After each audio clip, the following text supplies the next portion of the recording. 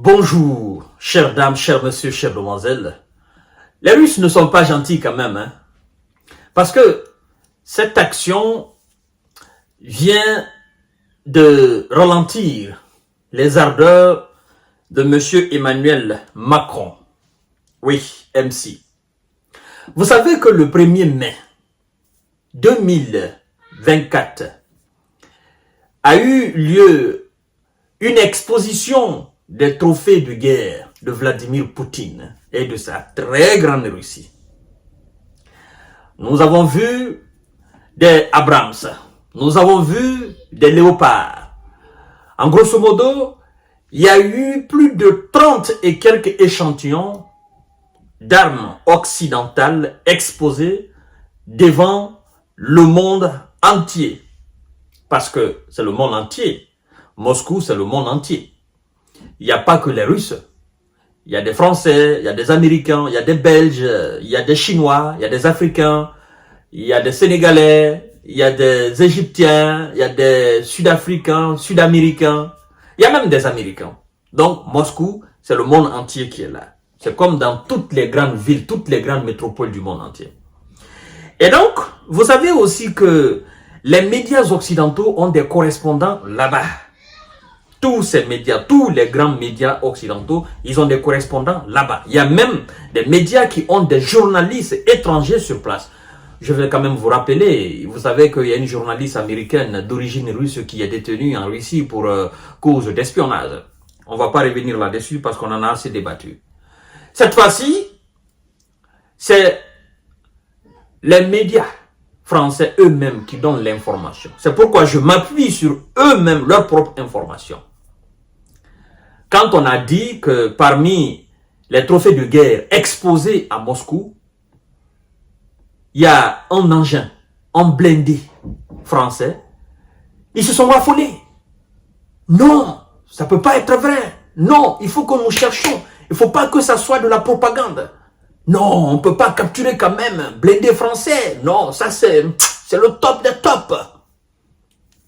Mais là où on capture les Abrams, là où on capture les léopards vivants, là où on capture les Challengers, ce sont des blindés français qui vont résister. Mais c'est mal connaître les Russes. Vladimir Poutine, à travers cette exposition, envoie un message au monde entier pour dire, voilà ce qu'ils ont envoyé combattre nos soldats russes sur le terrain. Mais très malheureusement, nous en avons capturé assez. Mais ce qui fait quand même rire dans cette histoire de, n'est-ce pas, d'exposition des trophées de guerre de Vladimir Poutine, c'est le cas de nos amis français. Au lieu de s'afficher fièrement et de dire oui, ça peut arriver, c'est la guerre, ils cherchent à minimiser l'action. Ils sont allés même jusqu'à chercher l'origine de l'affaire, la date même de fabrication ou la date de mise en service de ce blindé-là. Moi, je veux vous dire tout simplement que si vous savez que à chaque fois que la Russie va capturer vos blindés, vous allez nous dire, oh non, ce sont des blindés qui datent de 1920, de 1918 ou de 1960, ou ce sont des blindés qui ont 50 ans. Ne les envoyez pas en Ukraine. Envoyez ce qui est sophistiqué. Envoyez ce que l'armée russe ne peut pas capturer. Envoyez ce qui est invisible. Envoyez ce qui est imbattable. Comme ça, ça fait de la fierté française. Mais c'est pas pour nous dire après, oh non, ça ne vaut rien, ce qu'on a envoyé c'est de la pourriture. Donc vous considérez les Ukrainiens comme de la pourriture. Vous considérez l'armée ukrainienne comme une armée qui ne mérite pas vos blindés de qualité, vos blindés de dernière génération. C'est ce que ça veut dire. Mesdames et messieurs, partagez la vidéo dans tous les groupes possibles. Alors, parmi les engins exposés, nous constatons la présence, parmi ces engins, d'un AMX-10 RC français.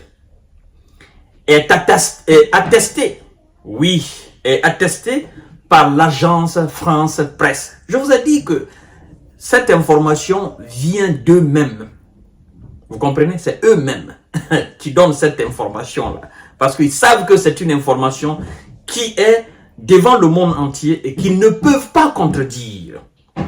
Alors, qui s'est rendu? L'agence Presse France s'est rendue, n'est-ce pas, sur les lieux. Quel lieu? Le lieu d'exposition des armes occidentales saisies par la Russie. Alors, elle relaie d'ailleurs un cliché du blindé présent aux côtés des chars américains Abrams, sérieusement endommagés, ou d'un Léopard 2 allemand.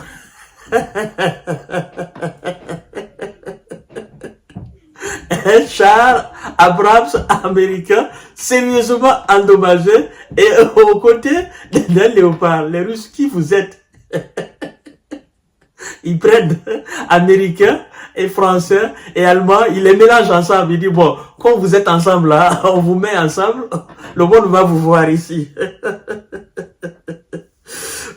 Il s'agit d'un véhicule en service depuis 1981 au sein de l'armée française, déployé pendant la première guerre du Golfe en Afghanistan et au Sahel, et qui possède un canon de 105 mm pouvant tirer jusqu'à 2000 mètres, avec une capacité d'emport de 38 obus. Détaillé sur son site, le ministère de la Défense française. Mesdames et messieurs, vous voyez le char là? Vous voyez ce char? C'est ce blindé dont on parle. Il est juste là. Alors, sollicité par TF1 Info, le ministère des Armées rappelle que la France a cédé aux forces ukrainiennes plusieurs dizaines de AMX-10RC avec leurs munitions, n'est-ce pas? On maintient en condition opérationnelle ainsi qu'une formation afférente dans le blindé. Voilà, dans le cadre de son soutien militaire. Mesdames et messieurs, vous avez constaté la photo là.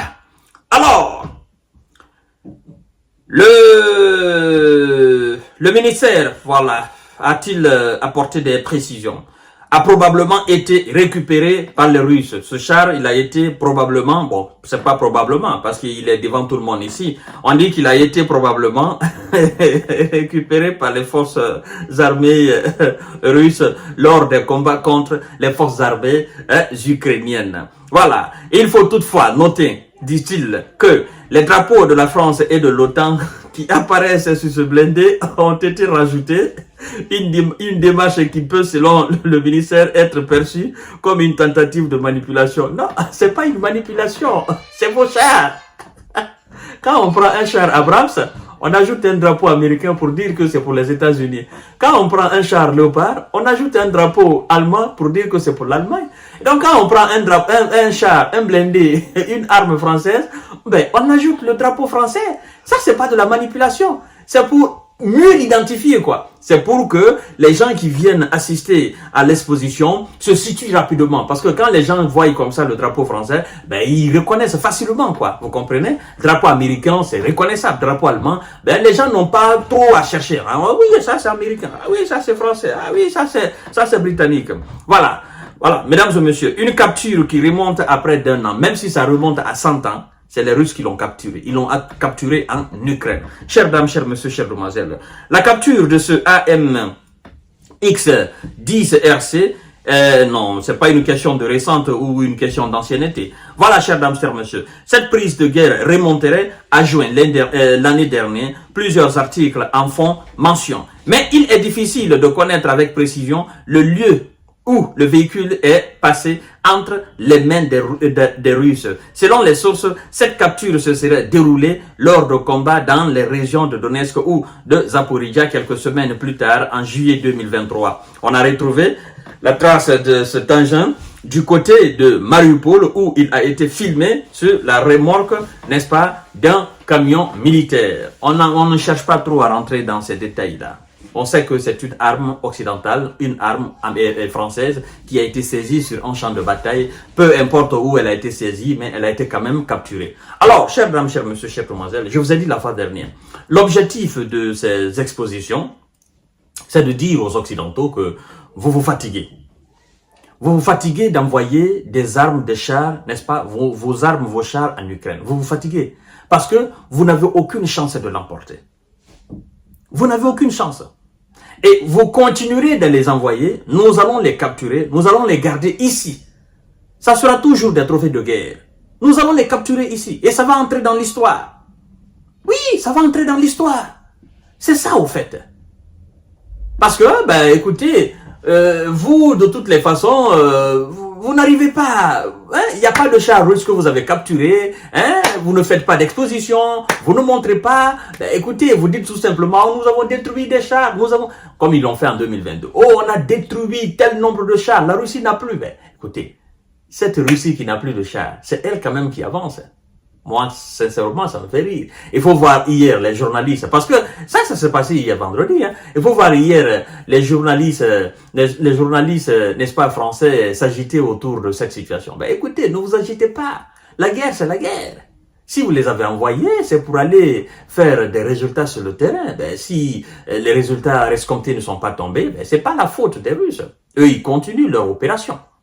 Alors, mesdames et messieurs, partagez la vidéo dans tous les groupes possibles. Ça fait très très mal à nos amis français, mais c'est la réalité des choses au fait. Quand vous attaquez à plus fort, ben forcément vous payez le prix. Hein. Voilà. À tout à l'heure pour notre série d'informations de décortiquage. Partagez la vidéo dans tous les